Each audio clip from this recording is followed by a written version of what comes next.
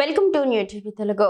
గత బీఆర్ఎస్ ప్రభుత్వం ప్రస్తుత కాంగ్రెస్ ప్రభుత్వాల పాలనలో రాష్ట్రంలోని సమస్యలు ఎక్కడివక్కడే ఉన్నాయని తెలంగాణ జాగృతి అధ్యక్షురాలు కల్వకుంట్ల కవిత తీవ్రంగా విమర్శించారు. రెండు ప్రభుత్వాల హయాంలోనూ ప్రజల కష్టాలు తీరలేదని, ఇదేనా బంగారు తెలంగాణ అని ఆమె ప్రశ్నించారు.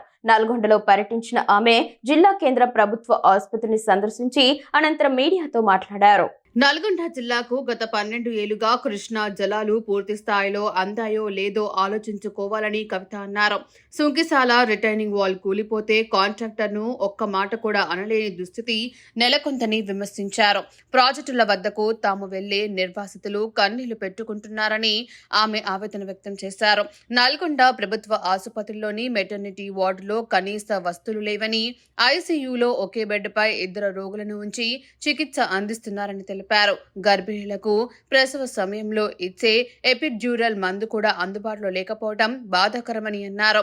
ఎస్ఎల్బీసీ టన్నల్ పనులు ఎప్పటికీ పూర్తవుతాయో చెప్పాలని ప్రభుత్వాన్ని నిలదీశారు. భూదాస్ భూములను ఎందుకు వెనక్కి తీసుకోలేదని ప్రశ్నించారు. నాగార్జున సాగర్ కుడి కాలువ ఏపీ చేతుల్లో ఉంటే ఎడమ కాలువను కేంద్రం చేతుల్లో పెట్టారని ఆరోపించారు. రాష్ట్రంలో సామాజిక తెలంగాణ రావాల్సి ఉందని, దానికోసం జాగృతి నిరంతరం పోరాడుతుందని స్పష్టం చేశారు. సుంకిశాల అయితే మరీ దారుణం. హైదరాబాద్కు 50 ఏండ్ల దహార్తిని తీర్చడానికి సుంకిశాలను సెకండ్ ఆల్టర్నేట్గా పెట్టుకుంటామని చెప్పి అప్పుడు కేటీఆర్ గారు వచ్చి ఓపెనింగ్ చేసిండ్రు.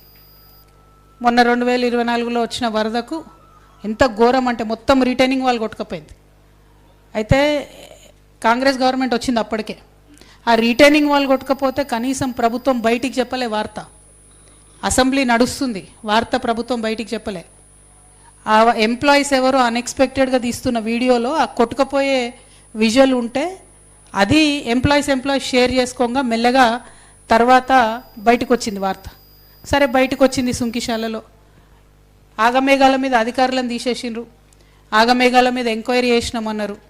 కానీ ఇంతవరకు కనీసం ఆ కాంట్రాక్టర్ని ఒక్క మాట కూడా అనలే. ఉత్తమ్ కుమార్ రెడ్డి గారు, ఇదే జిల్లా ఇరిగేషన్ మంత్రి గారు, ఎక్స్పర్ట్ కమిటీ రిపోర్ట్ ఇచ్చింది ఆ కాంట్రాక్ట్ సంస్థను బ్లాక్ లిస్ట్లో పెట్టాలని. ఉత్తమ్ కుమార్ రెడ్డి గారు, ఇరిగేషన్ మంత్రి గారు ఒక్క మాట అన్నారు ఆ కాంట్రాక్ట్ సంస్థను. కోమటిరెడ్డి గారు, ఈ జిల్లా మంత్రివర్యులు, సీనియర్ నాయకులు, పవర్ఫుల్ లీడర్ కాంగ్రెస్లో, ఒక్క మాట అన్నారు ఆయన. ఇక ముఖ్యమంత్రి గారి సంగతి సరే, వాళ్ళకుండే మెగా ఫెవికాల్ బంధం మనకు తెలిసిందే కాబట్టి ఆయన ఒక్క మాట అననే అన్నాడు.